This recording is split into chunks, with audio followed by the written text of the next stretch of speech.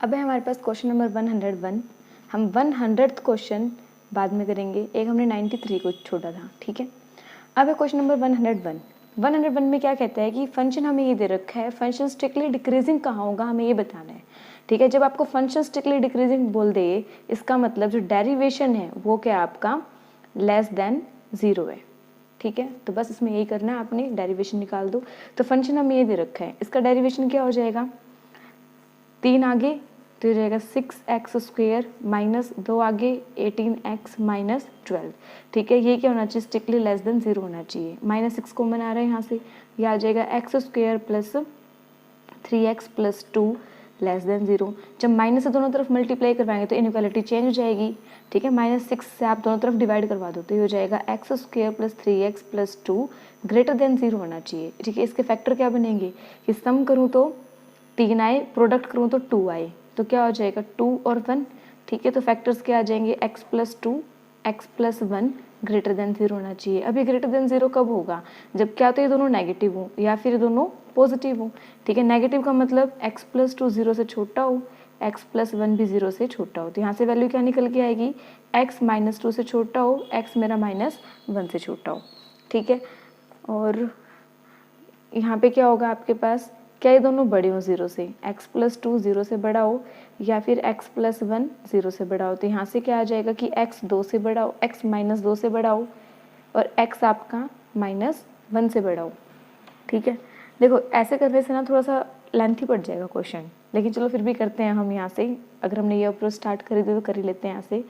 तो ये हो जाएगा हमारे, कहते हैं जो x है -2 से छोटा हो, ठीक है, x -1 से छोटा हो। तो यहाँ से मैं यही बोल दूँ कि ये कह रहा है कि x -2 से छोटा होना चाहिए। अब यहाँ देखो ये कहता है x -2 से बड़ा हो या फिर x -1 से बड़ा हो। तो यहाँ से रिजल्ट क्या आ रहा है कि x मेरा -1 से बड़ा हो, ठीक है। तो क्या आ रहा है हमारे पास कि x -2 से,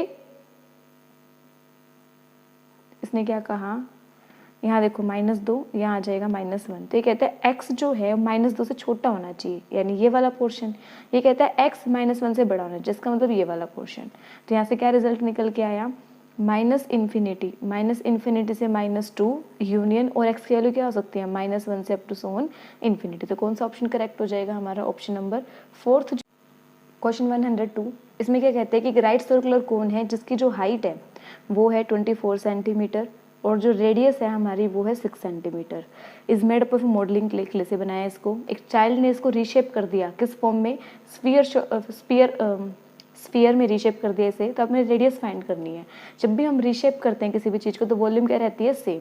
तो इसकी वॉल्यूम क्या होगी, 1/3 पाई r², यानी 36, h कितना हो गया 24, ठीक है। और इसकी वॉल्यूम क्या होगी 4/3 पाई r³, ठीक है। पाई से पाई कैंसिल, 3 से 3 कैंसिल। ये जो r है यहाँ से हटेगा और नीचे चले जाएगा, 4 9 से 36। अब हम क्या करेंगे, हमें क्यूब निकालना है। देखो 9 को हम लिख सकते हैं 3 × 3 और 24 को लिख सकते हैं 8 × 3। इधर चल रहा है हमारा r³। यहाँ से क्यूब रूट हटाएंगे तो इधर आ जाएगा, ठीक है। क्यूब हटाएंगे तो यहाँ पे क्यूब रूट आ जाएगा। तो यहाँ से ये तो 3 बार आ जाएगा और 8 का क्यूब रूट कितना होता है 2। तो r की वैल्यू कितनी आ जाएगी 6। कौन सा ऑप्शन करेक्ट हो जाएगा, ऑप्शन नंबर जो 3 है वो हमारा क्या होगा, करेक्ट होगा। Question 103, if u is the function of X Y Z, ये भी एक्स वाई जेड ही तो एक्स वाई जेड का फंक्शन है u हमारा। तो हमें ये फाइंड करना है। यहाँ पे क्या दे रखा है, partial fraction x curl u by curl x plus y curl u by curl y plus z curl u by curl z, ठीक है। हमें पार्शियल फ्रैक्शन करना है। अब curl u by curl x का मतलब है कि जब मैं u का डिफरेंशिएशन करूँ तो हमें सिर्फ x के रिस्पेक्ट में करना है, बाकी सब हमारे क्या रहेंगे, जैसे कॉन्स्टेंट रेट होंगे। तो देखो अब करें डिफरेंशिएशन इसका, तो x as it is curl u by curl x, यानी इसका डेरिवेशन करना है विद रिस्पेक्ट टू x। तो इसका डेरिवेशन क्या होगा, देखो x का डेरिवेशन होगा 1, तो यहाँ रह जाएगा 1/y। और इधर क्या करते हैं, फिर प्लस लेके चलते हैं साथ में। यहाँ तो है ही नहीं, 0 हो जाएगा इसका। यहाँ पे क्या होगा, z as a constant rate होगा और 1/x का डिफरेंशिएशन क्या होगा, -1/x²। फिर प्लस है y curl u by curl y के रिस्पेक्ट में करेंगे तो x हमारा क्या रहेगा, कॉन्स्टेंट, और y का हो जाएगा -1/y²। प्लस यहाँ पे y का हो जाएगा 1 और 1/z एज इट इज़। यहाँ पे y नहीं है तो इसका हो जाएगा 0 प्लस z। अब क्या करेंगे हम, curl u by curl x, curl u by curl z, ठीक है। z के रिस्पेक्ट में करेंगे तो यहाँ तो है नहीं, ये हो जाएगा 0। इधर करेंगे z का तो y 1/z का -1/z² प्लस z का होगा 1/x एज इट इज़। बस इसको सोल्व करना है अब हमें। तो ये हो जाएगा x/y -z एक x कैंसिल, ये आ जाएगा। फिर माइनस x, एक y से एक y कैंसिल, y बच जाएगा यहाँ पर। ये हो जाएगा हमारा प्लस y/z माइनस y, एक z से एक z कैंसिल, ये हो जाएगा plus z/x, plus z/x minus z/x, plus x/y minus x/y, ये भी सारा कैंसिल हो गया। सब कैंसिल हो गया तो आंसर कितना आया हमारा 0। तो कौन सा ऑप्शन करेक्ट होगा? ऑप्शन बी जो है वो हमारा क्या होगा? करेक्ट आंसर होगा। अब है हमारे पास क्वेश्चन नंबर 104 में क्या कहता है कि what is the identity element in the group G under multiplication modulo 10। ठीक है, ये कहते हैं ग्रुप दे रखा है आपको जी और जो ऑपरेशन है वो मल्टीप्लिकेशन मॉडुलो 10, तो हमें इसकी आइडेंटिटी एलिमेंट बतानी है। देखो आइडेंटिटी एलिमेंट का मतलब क्या होता है कि अगर मैं किसी एलिमेंट पे आइडेंटिटी अप्लाई करूँ तो मुझे वही एलिमेंट मिल जाए, तो इस एलिमेंट को हम क्या बोलते हैं? Identity element. ठीक है, अभी जो मेरा ऑपरेशन है वो क्या है? मल्टीप्लिकेशन मॉडुलो 10 और मुझे ए ही मिलना चाहिए। अब मल्टीप्लिकेशन मॉडुलो 10 का मतलब क्या होता है कि अगर मैं इन दोनों नंबर्स की मल्टीप्लाई करूं और 10 से डिवाइड करूं तो जो रिमाइंडर आएगा वही हमारा आंसर होगा। ठीक है, अब आइडेंटिटी एलिमेंट होता क्या है? आइडेंटिटी एलिमेंट तो इन्हीं में से कुछ ना कुछ होगा, 2 4 6 8 में से कुछ ना कुछ होगा। तो चलो चेक करते हैं कि 2 आइडेंटिटी एलिमेंट है कि नहीं। तो 2 आइडेंटिटी एलिमेंट अगर है तो सबके लिए होना चाहिए वो। तो पहले मैं 2 पे ही अप्लाई करती हूँ, तो क्या ये मुझे 2 देगा? चलो चेक करते हैं। 2 2 4 और 10 से डिवाइड करूँगी तो 4 ही रहेगा। तो 4 के इक्वल, ये तो 2 के इक्वल नहीं आया मेरा। ठीक है, तो ये तो आइडेंटिटी एलिमेंट नहीं है 2। तो अब क्या चेक करते हैं हम 4 के लिए। तो 4 के मैं आइडेंटिटी एलिमेंट चेक कर रही हूँ। तो 4 2 8, ये तो 8 आ रहा है, बट क्या आना चाहिए था? 4 आना चाहिए था, तो ये भी आइडेंटिटी एलिमेंट नहीं है। अब किसके लिए चेक करें? 6 के लिए। ठीक है, तो 6 क्या मेरा आइडेंटिटी एलिमेंट है? 6 2 12, 10 से डिवाइड करूँगी 2 आ गया।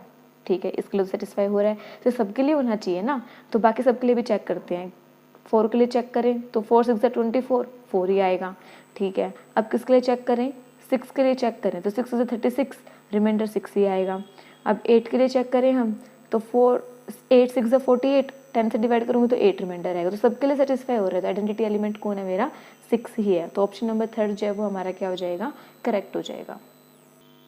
क्वेश्चन नंबर 105 में क्या कहा इसने? In a triangle ABC, angle ABC are in AP। एक ट्रायंगल ABC है, ठीक है, और जो तीनों एंगल है वो AP के अंदर है। AP में होने का मतलब इसने क्या कहा है कि ABC AP के अंदर है, that means 2 times of B किसके इक्वल हो जाएगा? A प्लस C के इक्वल होगा। ठीक है, और क्या कहता है ये B/C जो है, B/C हमें कितना दे दिया इन्होंने? √3/√2।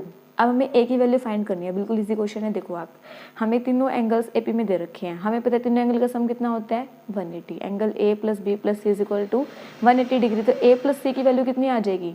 180 माइनस बी, आप यहाँ पुट कर दो। 2b is equal to a plus c, यहाँ से क्या आएगा?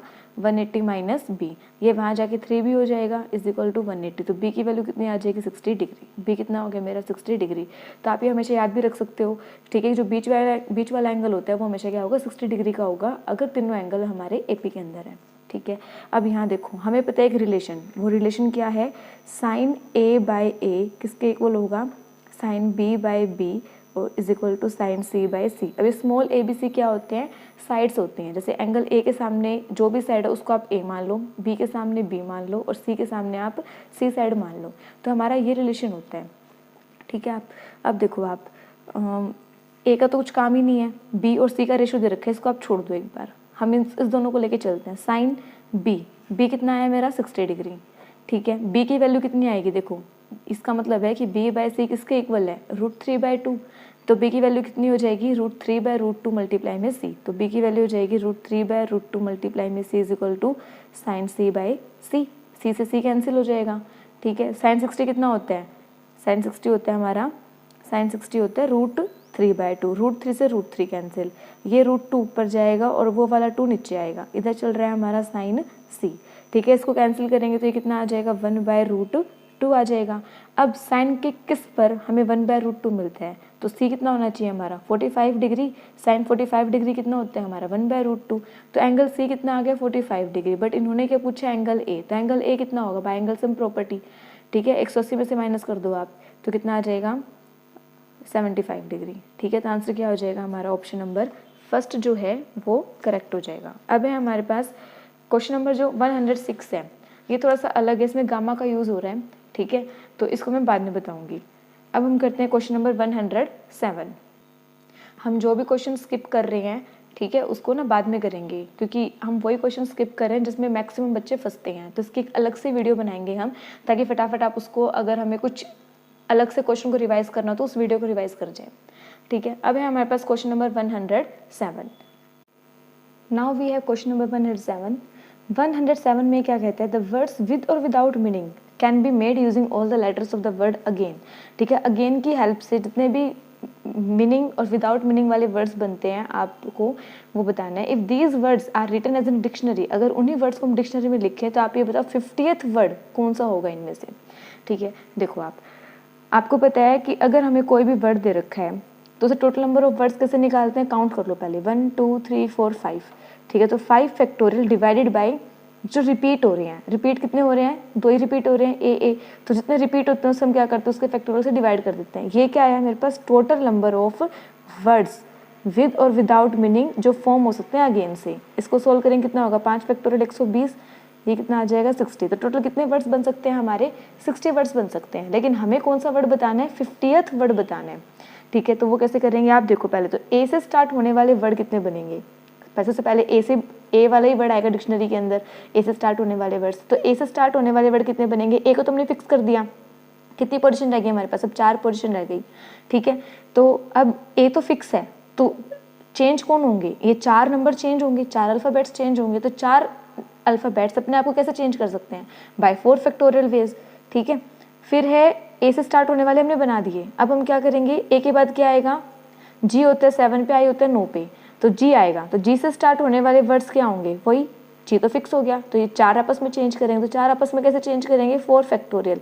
लेकिन यहाँ पे ध्यान दो आप कि ए जो है, ये जो 4 हैं, 4 वर्ड्स कौन कौन से हैं, ए आई एन, ठीक है। तो यहाँ पे ए रिपीट हो रहा है, तो रिपीट हो रहा है तो हमें 2 फैक्टोरियल से डिवाइड करना पड़ेगा। 4 फैक्टोरियल कितना हो जाएगा हमारा, 4 × 3 × 2, 4 × 12, 12 दूनी 24, ठीक है। टोटल वर्ड हो गया यहाँ पे 24, और यहाँ कितना हो जाएगा, 2 से डिवाइड कर दो, कितना आ जाएगा 12। तो 12 वर्ड यहाँ बनेंगे टोटल। जी के बाद कितने किससे स्टार्ट होने वाले वर्ड्स आएंगे, आई से स्टार्ट होने वाले वर्ड्स आएंगे, ठीक है। तो आई से स्टार्ट होने वाले वर्ड में भी आई फिक्स हो गया, पीछे 4 वर्ड रह गए। अब जो पीछे 4 वर्ड रहे हैं उनमें भी कौन कौन से वर्ड रहे हैं, ए आई, ए जी एन, ठीक है, ये वर्ड्स रहे हैं। तो ये आपस में कैसे अरेंज होंगे, 4 फैक्टोरियल बाय में वही 2 फैक्टोरियल, क्योंकि ए रिपीट हो रहा है। तो यहाँ पे भी कितने वर्ड्स बनेंगे हमारे, 12, ठीक है। टोटल देखो कितने वर्ड्स हो चुके हैं, 12 12 24 24 से 48, टोटल अभी 48 वर्ड्स बन चुके हैं हमारे। अब हमें 49 और 50th वर्ड चाहिए, तो वो स्टार्ट किससे होगा, अब एन से, क्योंकि ए जी आई एन, एन नहीं आएगा उसके बाद। तो अब 2 वर्ड को तो आप क्या करो, बना ही लो। तो एन के बाद क्या आना चाहिए, सबसे पहले तो ए वाला आएगा, और जी और आई में सबसे पहले आएगा जी आई, तो ये तो होगा 49th वाला वर्ड। हमें कौन सा चाहिए, 50th वाला। तो 50th वाला वर्ड में क्या आएगा, एन ए, ये आपस में चेंज रहेंगे तो आई जी, तो कौन सा हो जाएगा ये, N A I ji, N A आई जी। तो ऑप्शन नंबर फर्स्ट जो है वो हमारा क्या हो जाएगा, करेक्ट हो जाएगा। क्वेश्चन नंबर 108, इसको भी हम बाद में करेंगे, क्योंकि इस तरह क्वेश्चन से हम जनरली डील नहीं करते हैं इतने, तो इसको हम अलग से मिसलेनियस टाइप में डालेंगे इस क्वेश्चन को। उसके बाद है क्वेश्चन नंबर 109। 109 ईजी है। इन्होंने क्या कहा है, हमें एक इक्वेशन दे दी और हमें dy/dx निकालना है जब x मेरा 0 के इक्वल है, सिंपल डेरिवेशन करना है। तो देखो ये भी x का फंक्शन, ये भी x का फंक्शन, क्या रूल लगेगा यहाँ पर, uv। तो x एज इट इज, इसका डिफ्रेंशिएशन करेंगे तो e का डिफ्रेंशिएशन क्या होता है, एक बार ये एज इट इज आएगा, और पावर का क्या हो जाएगा, x as it is, power में भी uv लगेगा यहाँ पर, ठीक है। तो x as it is y का हो जाएगा dy/dx plus y as it is x का हो जाएगा 1, फिर प्लस में अब की बार e x y as it is, और x का हो जाएगा 1, y का डिफ्रेंशिएशन होगा dy/dx, और साइन स्क्वायर x कैसे करेंगे, पहले पावर, तो 2 आगे 2 sin x का हो जाएगा cos x। ये तो हो गया डेरिवेशन। अब क्या करना है, हमें x की जगह 0 पुट करना है, तो कर दो x की जगह 0 पुट। जैसे ही 0 पुट करूँगी ये कंप्लीट क्या हो जाएगा 0, यहाँ 0 पुट करेंगे e की पावर 0 1, ये 1 आ गया, ठीक है। dy/dx एज इट इज़, हम यहाँ पे x की जगह 0 पुट करेंगे तो साइन 0 0, ये कंप्लीट क्या हो जाएगा 0, तो dy/dx की वैल्यू क्या आ जाएगी 1 आ जाएगी हमारे पास, ठीक है। तो आंसर क्या हो जाएगा, ऑप्शन नंबर 4 करेक्ट आंसर हो जाएगा। क्वेश्चन नंबर 110 बिल्कुल इजी है, कहते हैं generator off the group this. अब इस ग्रुप के जनरेटर फाइंड करो। जनरेटर तो साइक्लिक ग्रुप के ही होते हैं, ठीक है। और हमें पता है कि z प्लस के जो जनरेटर होते हैं वो क्या होते हैं, 1 और -1, मतलब 1 और -1 की हेल्प से पूरा हम इस ग्रुप को बना सकते हैं, ठीक है। अब है हमारे पास क्वेश्चन नंबर 111। 111 क्या कहते हैं हमें, हमें इसका इंटीग्रेशन सॉल्व करना है। दिख रहा है आपको यहाँ पे डायरेक्ट कि x प्लस log x का डेरिवेशन इधर ही तो है। देखो इसको मैं क्या कर सकती हूँ, पूरे के नीचे x है, सिर्फ इसके नीचे लिख सकते हैं हम, क्योंकि मल्टीप्लाई में था, लिख सकते हैं, यहाँ से हटा दिया हमने। अब देखो x का डेरिवेशन क्या होगा, देखो आप इसको ऐसे लिख लो, x प्लस ऐसे लिखा है ना हमने इसको, x plus log x whole square. इसको और कैसे लिख सकते हो, 1 प्लस 1/x, ये चल रहा है x प्लस log x का होल स्क्वायर इंटीग्रेशन dx। अब इसका डिफरेंशिएशन तो यहाँ है ही, x का डिफरेंशिएशन 1, log x का डिफरेंशिएशन 1/x। तो हमें पता है कि अगर कोई फंक्शन है उसकी पावर n है और उसका डिफरेंशिएशन उसी के साथ में है, तो इसका इंटीग्रेशन क्या होता है, इसका इंटीग्रेशन क्या होगा, पावर में 1 बढ़ा दो और उसी से क्या कर दो, डिवाइड कर दो। तो सेम काम आपने यहाँ करना है, इसका डिफरेंशिएशन यहाँ है ना, तो इसकी पावर इंक्रीज करो आप, तो x प्लस log x की पावर इंक्रीज कर दो और उसी पावर से हमने डिवाइड कर दिया, यही हमारा क्या हो जाएगा आंसर। तो कौन सा ऑप्शन हो जाएगा, 1/3 x प्लस log x की पावर 3। हाँ, साथ में कॉन्स्टेंट भी आएगा क्योंकि डेफिनेट इंटीग्रल नहीं है, वो लिमिट्स नहीं दे रखी हमें। तो ऑप्शन नंबर सेकंड जो है वो हमारा क्या हो जाएगा, करेक्ट हो जाएगा। अब है क्वेश्चन नंबर 112 थोड़ा सा समझने का, वैसे इजी है, कोई ज़्यादा वो नहीं है। देखो जब भी आपको लिमिट सेम दिखाई दे जाए, -π/2 से π/2, -π से π, ठीक है, तो क्या करते हैं हम, इवन और ऑड फंक्शन चेक करते हैं। ठीक है, अगर हमारा इवन फंक्शन है, देखो इवन और ऑड फंक्शन होता क्या है, अगर f ऑफ x के इक्वल आ रहा है तो फंक्शन कैसे है अपना, इवन फंक्शन है। और अगर f of x f of x के इक्वल आ रहा है तो कैसा फंक्शन है हमारा, ऑड फंक्शन है। ठीक है, अगर फंक्शन ऑड होता है तो डायरेक्ट इंटीग्रेशन की वैल्यू क्या आ जाती, 0। ठीक है, अब चेक करते हैं ये है क्या। अब फंक्शन तो मेरा ये है, अब कोस x की जगह -x पुट करूँगी तो कोस तो माइनस को ऑब्जर्व कर लेता है, as it is cos x ही रहेगा, सेम चीज़ यहाँ रहेगी। इसका मतलब इसके ऊपर कोई असर नहीं पड़ रहा, तो कैसा फंक्शन है, इवन फंक्शन है। और अगर इवन फंक्शन है तो हम क्या लिख सकते हैं इसको, 2 टाइम्स 0 π/2। अगर कोई भी फंक्शन ऐसा हो, इवन हो और इस तरीके से हुआ, तो आप उसको ऐसे लिख सकते हो, 0 to π/2 और साथ में 2 मल्टीप्लाई में आ जाएगा। ठीक है, इधर चल रहा है अपना कोस x minus cos cube x dx। आपको दिख रहा है कोस x कॉमन है, बाहर ले लो आप। ठीक है, 2√0 to π/2 कोस x हमने बाहर ले लिया, अंदर क्या बचेगा हमारे पास, अंदर बच जाएगा 1 माइनस कोस स्क्वायर x। और 1 माइनस कोस स्क्वायर x को हम क्या लिख सकते हैं, साइन स्क्वायर x। स्क्वायर से रूट कैंसिल, तो कितनी वैल्यू आ जाएगी हमारे पास, साइन x आ जाएगा, under root cos x 0 to π/2 2 dx। देखो यहाँ पे ध्यान रखना, वैसे तो साइन स्क्वायर x की वैल्यू, अगर ये था अपना साइन स्क्वायर x रूट था, तो यहाँ पे हम ऐसे कट करते हैं, तो कट ऐसे कर नहीं सकते क्योंकि इसका आंसर आता है प्लस माइनस साइन x। हमें पता है ना, रूट को सोल्व करते हैं हम, तो क्या आता है हमारे पास, प्लस माइनस आता है। लेकिन आप यहाँ पे लिमिट तो देखो, लिमिट 0 to π/2 है, तो फर्स्ट क्वाड्रेंट में तो साइन पॉजिटिव ही रहता है, तो मैं पॉजिटिव लिख सकती हूँ डायरेक्ट। अब देखो यहाँ पे कोस x को अगर मैं t पुट करूँ तो उसका डिफ्रेंशिएशन तो बाहर ही है, तो कोस x को हमने क्या पुट कर दिया, t पुट कर दिया, तो इसका डिफ्रेंशिएशन क्या हो जाएगा, sine x dx dt, sorry minus sine x dx dt। तो साइन x dx की वैल्यू क्या आ जाएगी, माइनस dt। तो देखो यहाँ पे 2, इंटीग्रेशन लिमिट भी बदलेंगे अभी, पहले मैं इसको लिख देती हूँ, साइन x dx को माइनस dt, माइनस बाहर पुट कर दिया, ये हो जाएगा dt, ये आ गया √2। अब लिमिट्स कैसे चेंज होंगी, जब मैं 0 पुट करूँगी तो कोस 0 1, ये 1 आ जाएगा। जब मैं π/2 पुट करूँगी तो कोस π/2 0, तो ये 0 आ जाएगा। ठीक है, अब हमें पता है कि हम लिमिट्स को चेंज करते हैं तो माइनस का साइन का फर्क आता है, तो जैसे ही मैं लिमिट्स बदलूंगी 0 to 1, तो ये क्या बन जाएगा, प्लस का बन जाएगा √t dt। ठीक है, इसका इंटीग्रेशन करना बिल्कुल आसान ही है। 2 t की पावर 1/2 का इंटीग्रेशन क्या होगा, पावर में 1 बढ़ाएंगे तो कितना हो जाएगा, 3/2 लिमिट्स आ जाएगी 0 to 1, 2 से 2 नहीं कैंसिल नहीं होगा, ये 2 नीचे है ना, 2 पर चला जाएगा हमारा, तो ये बन जाएगा 4/3, यहाँ पुट करेंगे तो 1 माइनस 0, तो कितना आ जाएगा आंसर, 4/3 आ जाएगा हमारा। तो कौन सा ऑप्शन करेक्ट होगा, ऑप्शन थर्ड हमारा क्या हो जाएगा, करेक्ट आ जाएगा। अब है क्वेश्चन नंबर 113, इजी क्वेश्चन है। इन्होंने कहा कि surface area of the solid generated by the revolution of the circle, जब हम सर्कल को रिवॉल्व करें तो जो सॉलिड फॉर्म बनती है उसका सरफेस एरिया हमें बताना है। और सर्कल को रिवॉल्व किसके अलोंग करना है, उसके डायमीटर के अलोंग रिवॉल्व करना है। जब तुम उसको डायमीटर के अलोंग घुमाओगे ना, ठीक है, तो क्या आएगा हमारे पास, स्फीयर बनेगा। जब हम सर्कल को घुमाते हैं तो कौन सी शेप आएगी, स्फीयर की शेप आएगी। ठीक है, जो स्फीयर की शेप होगी तो जो स्फीयर की रेडियस है वही सर्कल की रेडियस होगी, क्योंकि सर्कल को घुमा रहे हैं हम। ठीक है, तो अब देखो हमें क्या करना है, सरफेस एरिया ऑफ स्फीयर निकालना है। सरफेस एरिया ऑफ स्फीयर क्या होता है, 4πr², तो 4π पाई को एज इट इज छोड़ दो क्योंकि ऑप्शन में पाई है। आर स्क्वायर, तो जो सर्कल की रेडियस है वो स्फीयर की रेडियस है। अब सर्कल की रेडियस क्या है, एन है ना, यानी आर स्क्वायर होता है। जनरल इक्वेशन क्या होती है, अगर मान लो सेंटर एच की है तो x minus h square plus y minus k square is equal to r square. तो रेडियस कितनी हो जाएगी 3, 3 का स्क्वायर 9, आंसर कितना आ जाएगा 36 पाई। तो अब ऑप्शन 4 जो है वो हमारा क्या हो जाएगा, करेक्ट हो जाएगा।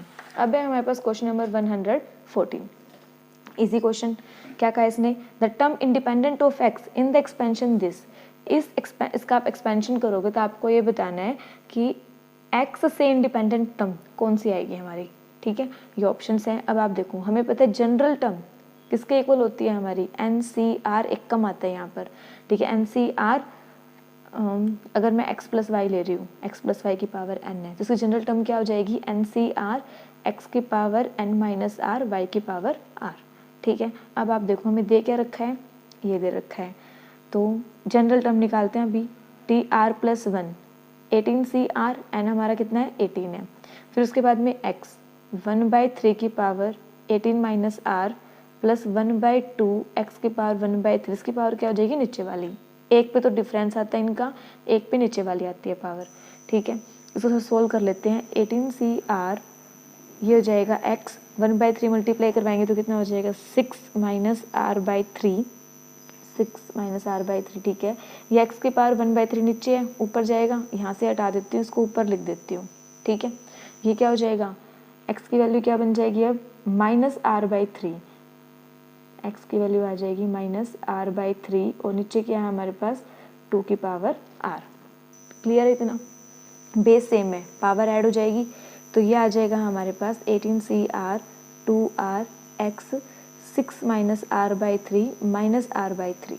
ठीक है, अभी टाइम लग रहा है क्योंकि आपको समझा रही हूँ, वरना तो फटाफट ही क्वेश्चन हो जाता है, देखते ही पता चलता है कि इसकी वैल्यू को हम क्या करते हैं, अब 0 के इक्वल पुट कर दें क्योंकि हमें इंडिपेंडेंट चाहिए x से। ठीक है, इसको 0 पुट करेंगे, देखो अब इसको 0 पुट करेंगे क्या आएगा 6 माइनस 2r/3 इक्वल टू 0, ये हो जाएगा 6 इज इक्वल टू 2r/3, तो r की वैल्यू कितनी आएगी 9 आएगी, तो r की वैल्यू 9 आएगी, यहाँ पुट कर दो, तो ये हो जाएगा हमारे पास 18C9 2 की पावर 9। देखो कौन सा ऑप्शन है, 18C9 2 की पावर 9, फर्स्ट ही है हमारा, तो फर्स्ट ऑप्शन जो है वो करेक्ट हो जाएगा। क्वेश्चन 115, अगेन इजी क्वेश्चन है। क्या कहा इसने, ABC GP में है और ABC GP में है और ये कंडीशन दे रखी है, हमें अब बताना है कि XYZ कैसे होंगे। इन्होंने क्या कहा कि ABC GP में है, दैट मीन्स B का स्क्वायर किसके इक्वल होगा, AC के। ठीक है, ये सारे इक्वल हैं एक दूसरे के, और हमें XYZ की वैल्यू बतानी है। ये सारे इक्वल दे रखे हैं ना, इसको मैं किसी के भी इक्वल मान लूँ, इसको मैं मान लेती हूँ कि ये हमारे कैपिटल A के इक्वल है। ठीक है, तो देखो, तो ये क्या हो जाएगा a की पावर 1/x, कैपिटल A के इक्वल है तो a की वैल्यू कितनी हो जाएगी, दोनों तरफ x पावर रेज करेंगे तो a की वैल्यू आ जाएगी a की पावर x। सिमिलरली b की वैल्यू आ जाएगी a की पावर y, और ऐसे ही c की वैल्यू आ जाएगी a की पावर z। अब a b c आ चुके हैं, आप इसमें पुट कर दो, तो b का स्क्वायर यानी a की पावर 2y किसके इक्वल होगा, ax मल्टीप्लाई में az, बेस सेम है तो पावर ऐड हो जाएगी, तो यहाँ पे क्या आ जाएगा 2y किसके इक्वल आएगा x प्लस z। तो ये कंडीशन कब फॉलो होती है, जब x y z AP में हो, क्योंकि मिडल टर्म का 2 टाइम्स किसके इक्वल होता है, इन दोनों के सम के इक्वल होता है, तो हमारा आंसर क्या आ जाएगा R इन AP।